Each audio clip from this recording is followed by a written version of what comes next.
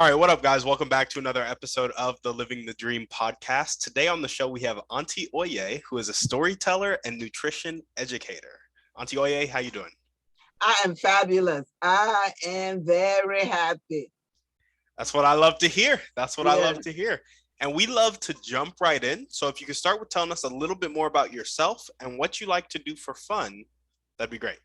Ah, so I enjoy what I do is not work, it's my passion. Mhm. So a lot of times I forget that I have to be paid. That money is the last thing on my mind because I'm having so much fun that I never think about, uh, money. Yeah. And it's not to say that I had, a disdain for money. No, it's just that I'm very busy and I'm enjoying what I'm doing. So I'm not thinking, I'm already paid. The fact that I'm doing what I'm doing. And Absolutely. so I am from Liberia, West Africa. And so for almost 30 years, I've been doing what I've been doing. I got into this and did not recognize or wasn't aware that I was a master storyteller. And only meant I was only telling a story because I had come out of a war from Liberia and people wanted to know. What do we find out that a lot of Americans are not knowledgeable about the globe. Hmm. They know about some things. And I think it comes from exposure. The more exposed you are, not just on television, but in person with other individuals, then the world becomes very small because the world is as not as big as you think it is. It's a small place. Yeah. And so I started telling them, and in Africa, whenever you're telling story, there's always food because we tell stories around that activity. And what happens when you're eating and having a good time? Okay, so we don't watch television when we're being entertained, when we're having a meal to eat. We are telling stories, and I've been doing this since you're 3 years old. You tell stories. That's Yeah. what you do. And so you grew up into adults and you tell stories. And so basically, I have taken this information and said, okay, I'll tell Americans about me, my life, Liberia, because if you don't know about the people, most times, especially if it's Africa, people want to stereotype. They're only doing that because they are uncomfortable with who they are. It has nothing to do with me or it's with them. It took me a while to understand that.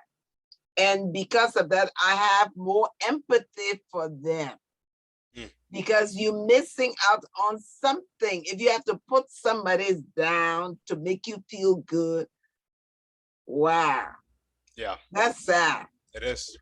You should always uplift you and everybody else. You don't have to knock anyone. And so through storytelling, I was able to reach a lot of people and explain to them. And the reason a lot of them stereotypes, they just didn't know. You think of Africa, it's a dark continent. It's this, is that. And Africa has the same problems that everybody has. So it's not to say we're the only ones with these problems. People says, oh, I'm going to Africa. And I said, what for? Or to help them. I said, can you start right here in your own backyard? Facts. Please start here because I need help. Yeah. You're going to feed the children, feed them here. They need you. I'm not saying that Africa doesn't, but we need you here.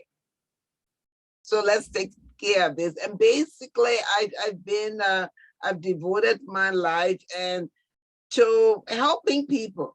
I enjoy that, because it's helping me understand me and help me. It makes me feel good when I'm able to do something for someone. Yeah. Yeah. No, absolutely. I love that. Well, it sounds like you're living the dream already, but we're going to go ahead and jump into your dreams and goals now. Tell us about your vision for your company and the rest of your life. Well, the other thing I didn't tell you about the thing I really enjoy doing when I'm not doing this other heavy lifting. Oh, and I like entertainment. Mm-hmm. I love to go to concerts. And I love, at least I'm out maybe 4 or 5 times a week. So I play hard, work hard, and I play hard. There we go. I enjoy myself tremendously. And so my dream is to be able to teach teenagers how to tell stories and how to become a nutritionist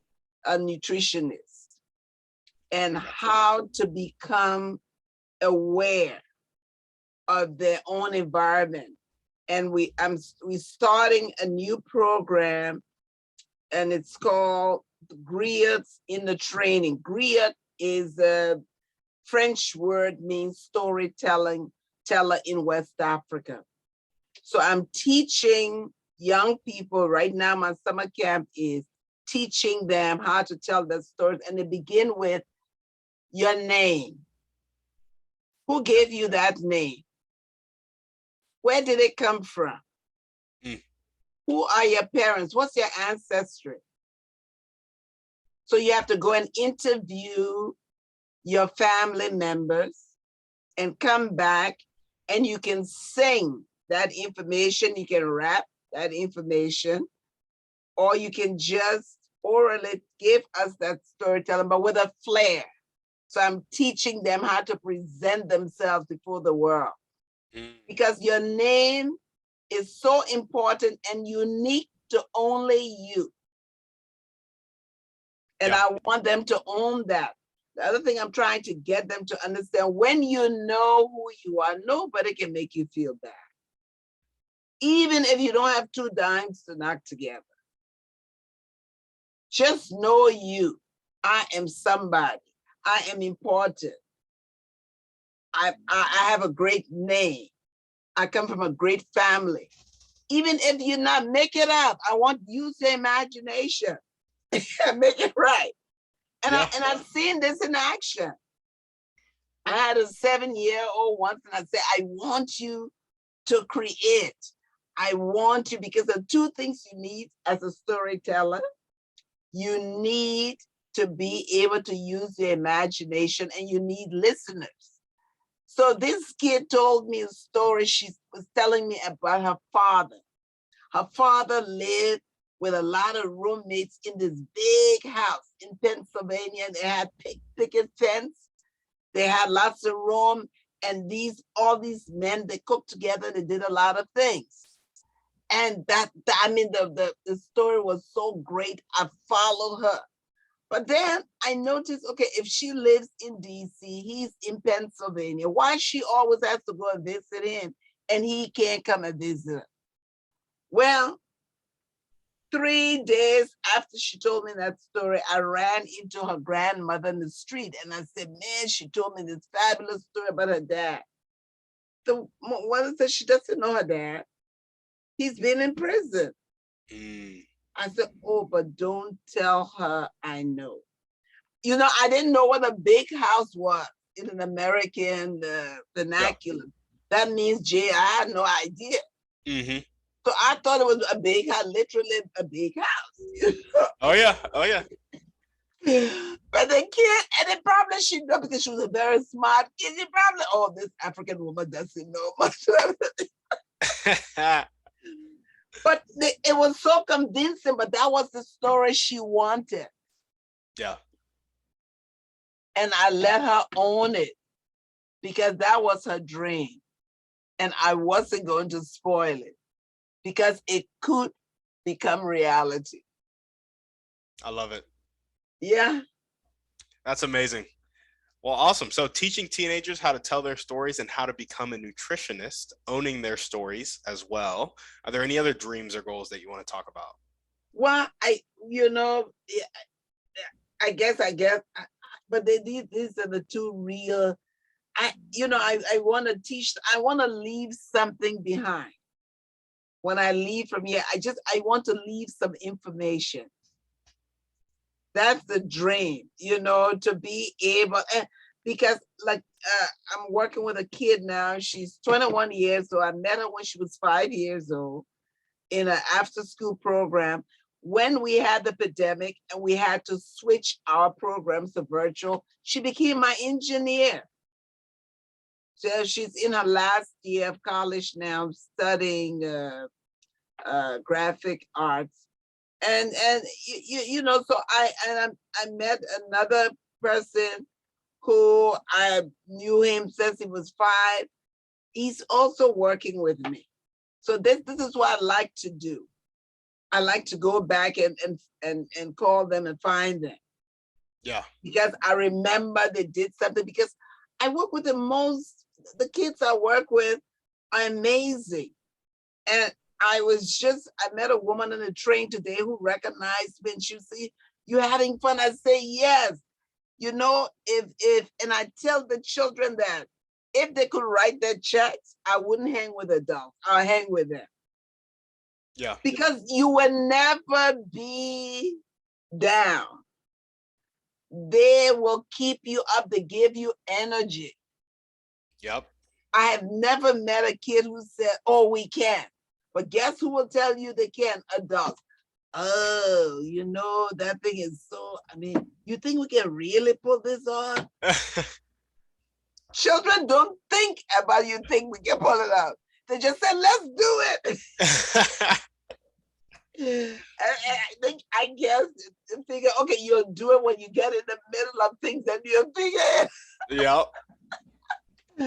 So I truly enjoy working, because every day you don't know what to expect, and so I enjoy the energy that I feed up it. Yeah. It is so refreshing to be around people who don't limit themselves. And kids, yep, kids are the number one, because they haven't gone through the world and like had everybody else's opinions in their head yet. It's like they're just living their life.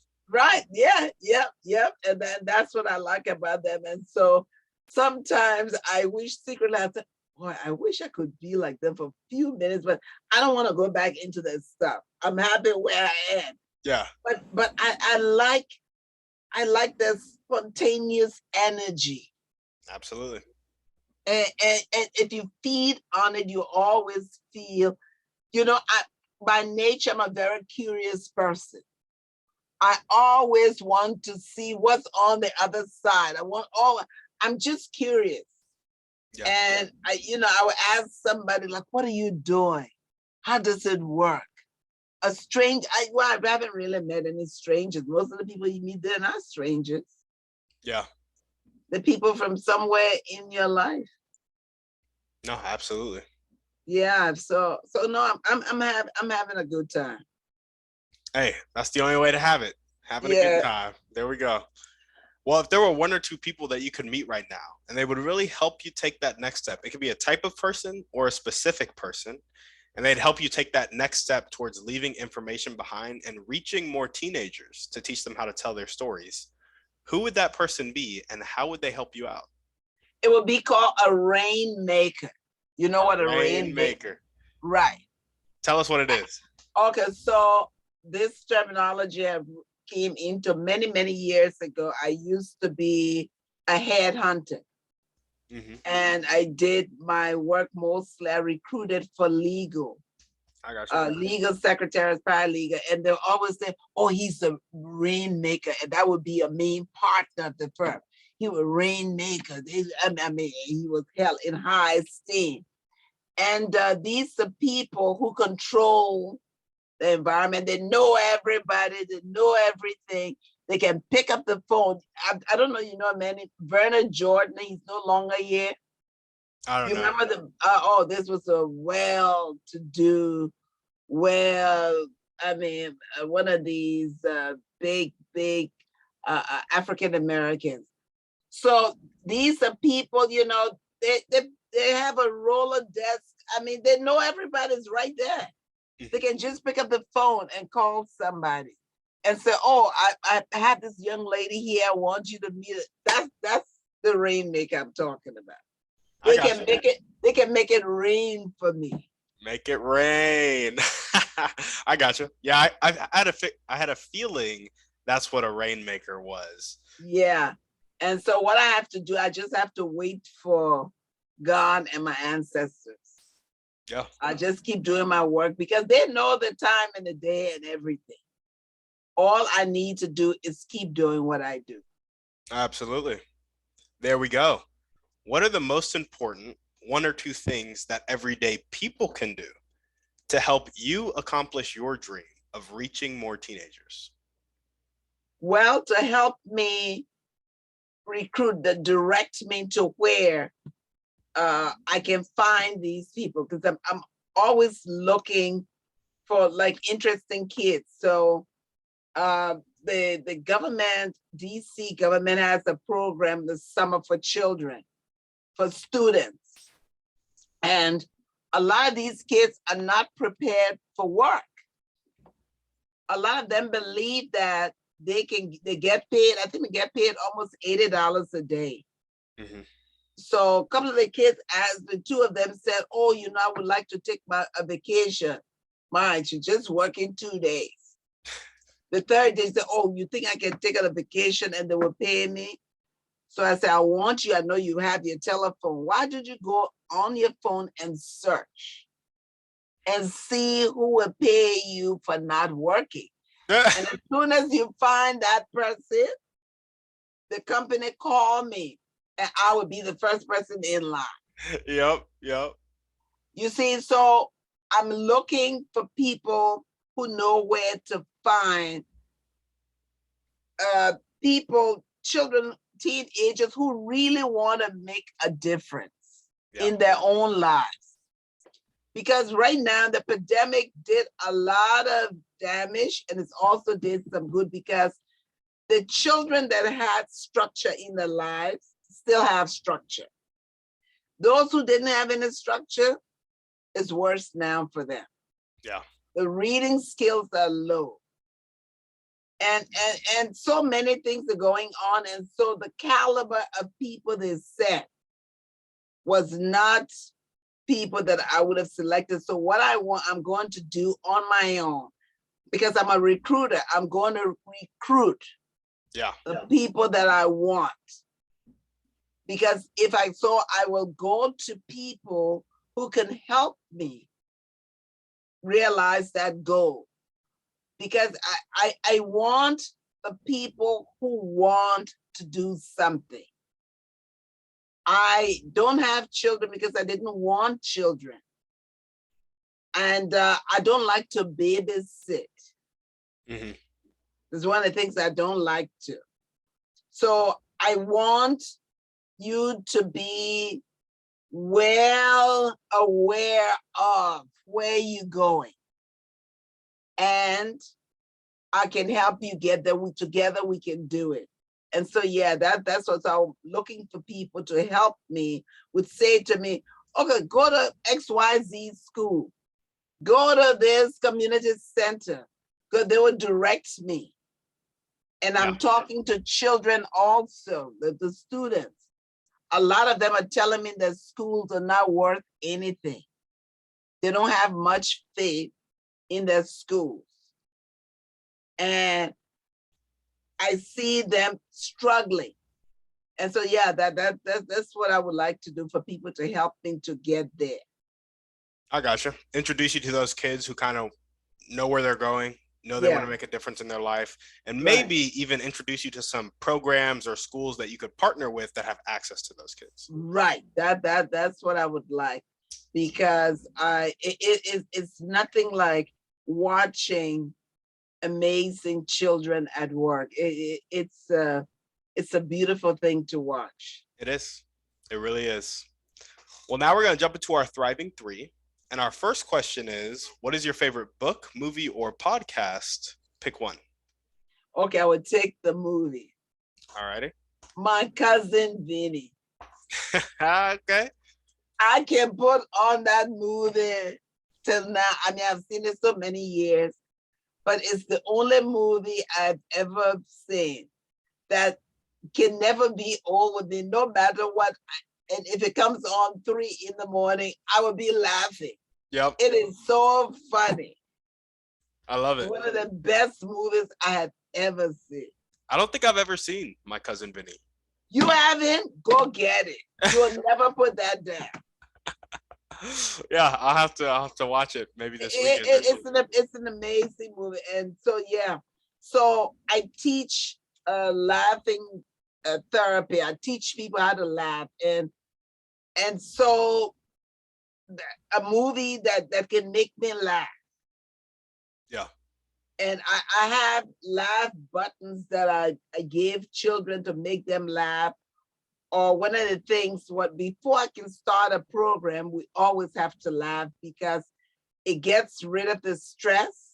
Yep. And relax with a simple thing. And what I do, 1, 2, 3, stretch your eyes, look over your eye, and open your eye, open your mouth, go, ah! Yeah. You know, all together we do this. So this is a yoga pose. It's called the lion pose. Mm-hmm. And so I find out that once that laughter comes out, your people are able to relax. So children, the children carry the adults' issues with them wherever they go. Yep. And so if they're coming into your space, they bring it with them. So you got to help them to relax so that you can have, and all I want to do, I want to have a good time. Yeah. I love it. And what is one way you like to take care of yourself? Oh, one way. Okay. So I meditate. I do yoga. I listen to music. I dance. I love entertainment. When I get through with you, I'm going to a jazz program. There we go. I'm going to a great restaurant. I love to eat good food. I don't eat fast food. And everything I eat has to be top notch. I don't eat other plastic, paper. I have to have either have a white tablecloth on my table or nothing, but I have to eat with silverware. Mm-hmm. So I value myself. So I don't eat other paper, plastic, because the fast food, I don't eat fast food. I grew up in Africa. You go to the market, just like the people in Europe. You go to the market, you purchase your food, you come home and you prepare your food. Yeah. So I don't know how to eat walking in the street and all. No. There's too much dirt particles in the air. No. I cannot eat lunch because I need to sit down and eat, and then after that I have a siesta. I gotcha. I want to be relaxed. Okay, so instead of just rushing through the meal, I eat one meal a day, and if I don't eat it, that's fine. I can drink water. You eat one meal a day? Yeah, but how many meals you need? I guess you're right. I mean, I only eat 2, so I'm right there with you. And there are days where I go all the way to dinner. No, 1 is fine. Yeah. And that's because that's the only time I can be relaxed. To eat is at dinner time. In the day I'm busy. So although I'm cooking something, I may be tasting, but I'm not really sitting down because I'm teaching these kids how to eat with a knife and a fork, how to eat out of a china, how to eat with a tablecloth, and we have flowers. Yeah. So I want them to have a great dining experience. And so you may be a teenager, as I told them, one day you'll be earning your own money and you can do this. But let's start now. You don't have to break your bank account to do this. But you have to value yourself to be able to do that. Yeah. I love it. I think that is so cool. Taking the time to really relax with a meal.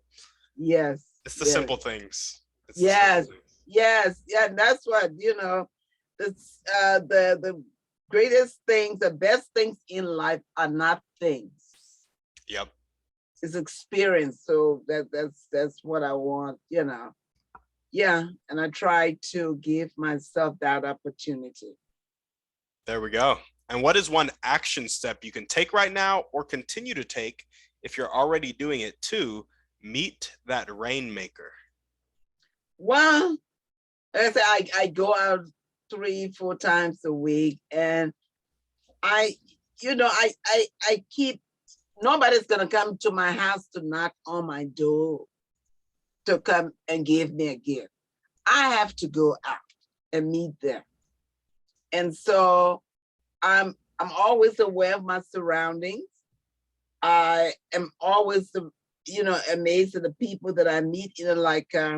2 weeks ago, I went to do my nails at a nail shop, and this Black guy, conservative Black journalist who has a program, he's been on the television for 25 years. And then, so he says to me, "Oh, you think you could pay for my pedicure?" I say, "You have more money than I do. If I had your money, I'd burn mine." Yeah. You say, "You know who I am?" "Yes, I do." Yeah. But he was surprised. So what I'm saying, I wouldn't have met him. He would not have been coming to my house. But I happened to be out, and so what I do, I continue to go out, and because you never know. You just have to be open to all the possibilities. And when I'm going out, I'm not going, "Oh, I think I'm going to meet my Rainmaker." No, I'm going to have a good time. If I meet somebody, and I've met a lot of interesting people, Yeah. yeah. So, but like I said, nobody's coming to my house except the UPS, Amazon delivery. Yeah. They show up regularly when I order things. Yeah. And what they do, is just knock on your door and leave the box. So Oh, they yeah. don't even wait to see me. They just say, "Oh, she has it." Yeah. So that's the idea for me to be able to continue to go out and like I said, do the work that I do. Yeah. I got you. Well, I love it. I love it. I really appreciate the emphasis on going out, doing what you enjoy to do. And if you meet people, you meet people. If you don't, you don't. Exactly. But mostly I'm going out for myself because I walk a lot. And like I said, I enjoy the fresh air. Yeah. Remember, we're cooped up for a long time. Yeah, we are. Right. So I'm happy to be out there, like I said, to go to concert. So like every Friday, I'm either going to a concert or going to a play. Yeah. But entertainment, I'm a big fan of entertainment. And fortunately, I have money to buy the tickets that I couldn't buy many, many years ago. I can buy them now. Yeah. All I have to do is pick up the phone and look at my schedule. Oh, yeah, I can do this, and just do it. And it's a wonderful feeling to be able to do that. Absolutely. Absolutely. Well, awesome. Now we're going to jump to our last series of questions. Okay. And they require a bit of pretext. So stick with me here. Okay. All right. So a lot of people have come on the podcast and they've said that the catalyst that helps people change from having a fixed mindset, not willing to accept help and not willing to accept change, to having a growth mindset, being willing to accept help and being willing to accept change, the catalyst that helps people make that switch is a personal choice that happens after either extreme inspiration or extreme desperation. Do you agree, disagree, have anything to add or subtract to that? You have to change your mind. You have to have either some extreme inspiration or extreme desperation, as well as making a personal choice to do so. Well, I think you can make a personal choice. Yeah. I think for what I do, it's my personal choice. One of the things more and more, self mindful thinking, to pay attention to you. Yeah. What are you thinking? Why are you thinking this way? So I monitor my thoughts. I monitor what I'm doing. Why are you looking at that person? Why? I question myself. Yeah. Because if you don't police yourself, who will? It's facts. And so I'm constantly looking for ways for me to be better, for more growth. Yeah. I'm always, let me see, what can I read today? So I online, I read a lot of inspirational thoughts. Another thing I like, trivia, all these things, because they keep your mind going, they keep you occupied. Yeah. So I'm constantly challenging myself to be a better person. Yeah. And it's a full-time job. Oh yeah, it is. You can't do it one day and stop. It's a constant, because you have in your mind, you have this chattering going on. But when you are meditating and you're a thinker, then there's no room for the chatter, because I'm always, if I'm not saying a prayer as I'm walking, I'm saying prayer. Oh, thank you, God. Thank you for carrying me. Oh God, thank you for waking me up this morning. Oh God, what a beautiful flower. Oh, look at your handiwork, God. You are so amazing. Look at this big tree. How did it grow so big? As you're walking, I see all these things. I say, my God, you're amazing. Yeah. And how could I ever think I could be you? So I have this conversation with me and God. And I'm always just amazed at all the beautiful things in the world. So that's my constant prayer. Make me a decent person. Let me be a good person. I love that. And so it's a constant prayer, So because I don't want to stop. yeah, for sure. So why do you think some people make that choice to change and then others don't? Well, it depends on what are you looking for? We never know why some people change and others do. It goes to the individual. It goes to the individual. Like I said, I personally, I don't think what other people are doing. What do you think of me is none of my business. My business is what I'm thinking of me and others. Because if I'm thinking the worst of you, I'm also thinking the worst of me. So daily, like I said, my daily thoughts is help me to be a decent person. Help to be a good person. Help me, because I know I need divine intervention, because it's so easy to start thinking the worst. No, I can't. I can't afford to have that happen. So I'm constantly in prayer, as I'm walking, talking, thinking. And what I do, I call the divine into everything I do, like a simple thing for directions, or a simple thing working on the computer. I've had to upload things, and oh God, please help me, show me what to do. So I'm always asking the universe for help. Yeah. Because I don't know where else to turn. That's all I got.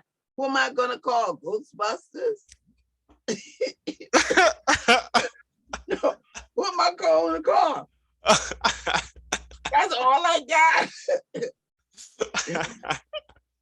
Yeah, I love it. So I go to the place where I know I can find good answers. Yeah. So you talked a little bit about people kind of having negative thoughts and us having to realize A, we need to question ourselves, and B, we need to kind of go to the universe, go to God for help. What do you think establishes the amount of help we need? Like, is it like let me ask this question a little clearer. So some Okay, people okay. some people need like a small amount of like inspiration or desperation from an outside event to kind of make that choice to change and make that choice to realize I need to be grateful, I need to be more aware. Some people need a larger, more consistent or like terrible event to happen. What do you think establishes that need? Well, I think your number one, your experience. Mm-hmm. I mean, the need. Okay, so somebody had a fall, a terrible fall, and they're very ill. So I don't know where they go to for help. Yeah. So I don't unless I know that person. But I don't. But I think each of us, in our own way, has the mechanism that brings us together. It's the glue. Each of us have it within us to do it. Each of us have the ability to make the change anytime we want. Yep. I truly believe that. You can be and you can change anything you want. I believe we have the capacity to grow, to change, to do anything. I mean, you never know. So Yeah. instead of trying to figure out who does what, I have to focus on me. I'm so busy trying, I don't want to mess up. So I'm so busy trying to make sure you're on the straight and narrow way that I don't have time to look left or right. Yeah. I'm just looking straight. I don't look back. I keep looking straight. And I am grateful that when I have disappointments, they don't last very long. Oh well, I don't carry that load Yeah. because I'm always looking at the future. Okay, I cannot tell you how many times I've been told no, or people never return the call. And I always look at it, oh, it wasn't meant for me. It wasn't meant for me to do. When I newly came to Washington, D.C., I mean, I was calling people gave me numbers. People never returned a call. Yeah, I was angry, but then I got to understand, wait a minute, who says you're supposed to be interacting with this person? So one lady, I called for 5 years. She never returned the call. One day, I used to volunteer at this place, this radio station. She walks in and I heard her name. I said, oh my God, it's you. She says, and I said, oh, I always wanted to meet you. I wrote you so often. I called you, never responded. So she takes out her card and she said, yes, my card. I said, what are you giving to me for? I said, I don't need you now. I said, oh no, keep it for the next person. Don't give it to me. It will be wasted on me. Yeah. I didn't need her. She could do nothing for me. I tried for 5 years. Yeah. So now she's giving me her card. What am I going to do her card? Tear it up? No. Don't destroy her card. Let her not give it. And she had to put her hand back. No, I don't need you. And Yeah. that's when you have to be honest with yourself, what your needs and wants are. When I needed her, she didn't respond, and that's fine. She knows, and me, and that perhaps we didn't need to interact. And from that day to this day, I've never seen her. But I was happy to, because you talk to somebody on the phone and you're curious about what they look like. When I saw it, oh my God, it's you. Yeah. And I called you, and she said, oh yes, what do I need your card? I don't need you. Yeah. I mean, There we go. I'm very honest with myself. I call a spade a spade. I'm not into any reality TV kind of, no, that's not me. Yeah. Give it to me straight because I'll give it to you straight. So if it doesn't work today, maybe it'll work tomorrow. I don't know. But at least I would say I tried. So you see, I have great stories about these situations that have come in, you know, and somebody, I can, no. It's okay. I'm not angry. Yeah, in that time I was. Not now, I'm not angry. But yeah, I was. How dare you not return my call? Yeah. And I realized, no, it wasn't meant to be. It's okay. But I had to learn that. Absolutely. Absolutely. No, I think being honest with yourself, being aware of your needs and your wants, and then having the courage to say no to something after so many years of trying, and it's just like, I think that's very important. Very important Yeah. to Yeah, the honesty growth. with oneself. I mean, if I'm not honest with me, who can you cannot from yourself. I forgot who made this song. From yourself, you cannot hide. Yeah. You have to be honest. And the first person I always am honest is with me. I look at the pros and the cons. Why do you want this? What will it do for you? And I often say to God, and if it's not going to benefit anybody, I don't want it. Yeah. I only want it if it will benefit somebody. You know, and it's okay. If I don't have it, it's all right. Like I said, I can eat one meal a day or no meal. It's okay. I just have to know this is the way things are. You accept what the situation is and you move on. And the way that is able to help me is through prayers. I pray like there's no tomorrow because that's all I have. Absolutely. Well, we got one last question for you. Okay. And the question is, how do you think we can create an environment that empowers people to make the choice that will change their life, that personal choice to get to know themselves and be honest with themselves and move forward in their own growth? How can we create an environment that empowers them to do that? Well, to create that information will require some money. You would need to have financing. What I found out, to do many things, you will have to have funding.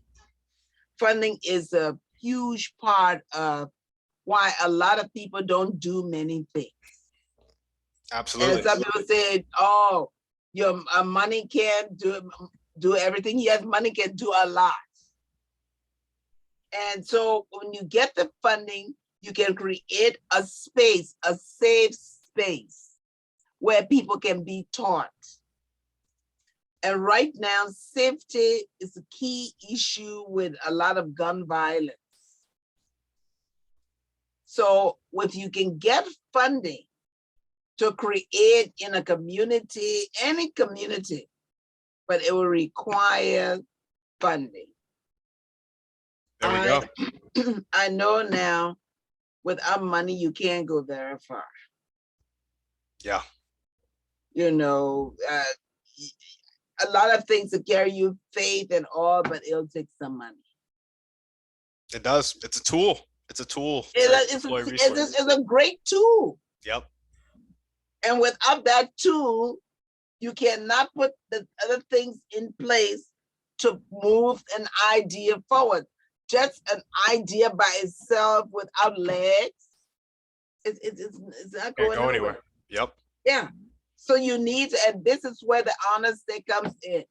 The guy said, "Oh, all I need is 50,000." He says, in fact, first he said, "Oh, all you need 50,000. In fact, maybe you can do it for 25." Then it start going down. Then you know it's a pipe dream. Yep. They're not because you're not really looking at the full picture. And it takes money to do a lot of things. And you know, like working with children in low income environments. You know, many days I wish I had deep pockets because what it would take me adopting an entire family like LeBron James did in Cleveland. Each of us, if we want to make this one community, each person who has money needs to go and adopt that family. Yeah. By adopting that family, you would teach them some basic things people don't know, whether it's a lack of education, lack of opportunities. But I've seen so much poverty, not in Africa, right here in one of the richest countries on earth, one of the richest communities. And it's the poverty of spirit. And just getting children, once upon I paid children, I took them to lunch just to clean one block where you live on. Pick up the garbage. Just teaching them you have to keep your space clean. Now, the reason those kids don't know that they have not been taught, the reason that parents don't know that parents haven't been, you have to be taught. The reason a woman can't cook or a man can't cook, they were not taught. You have to be taught how to cook, how to put the water on the stove.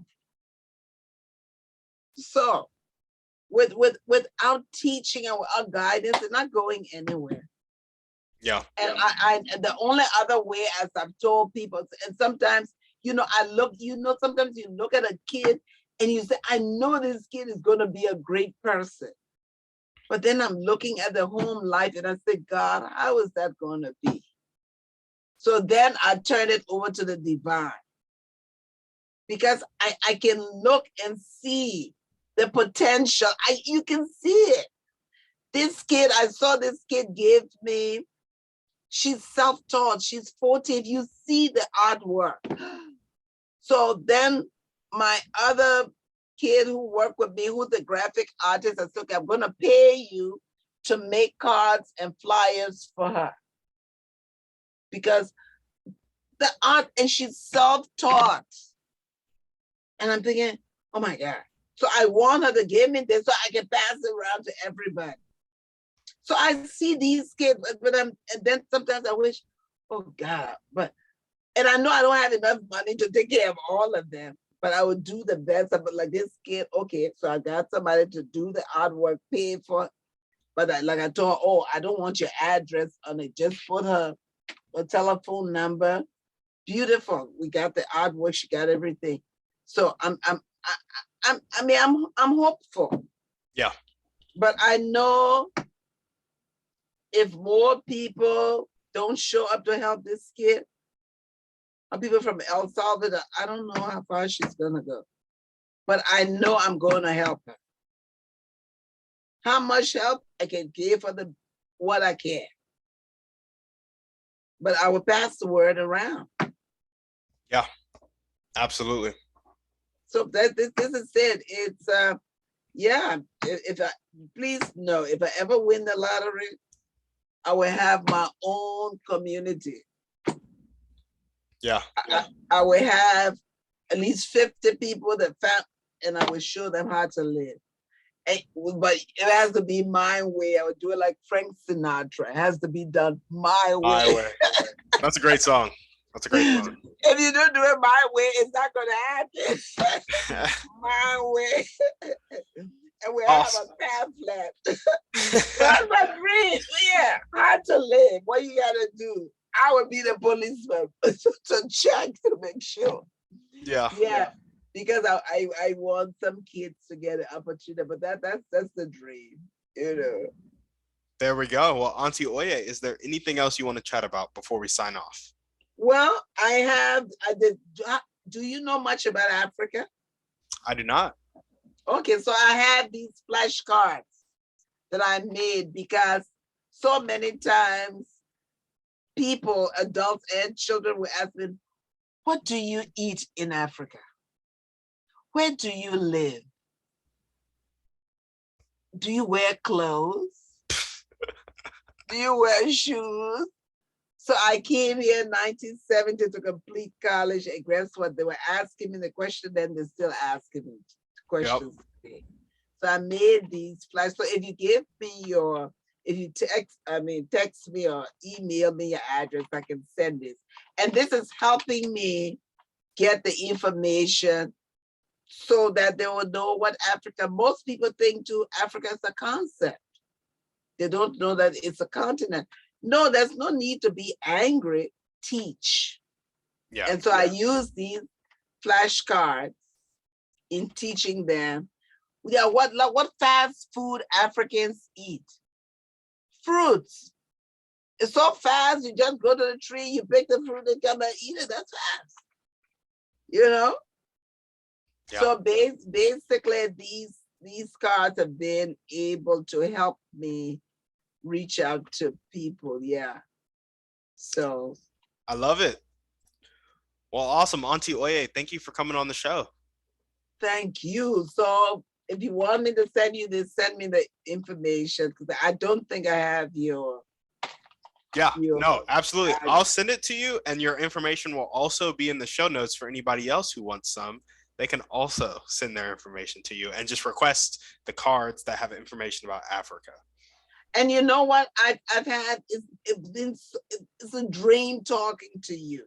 You're so easy like Sunday morning.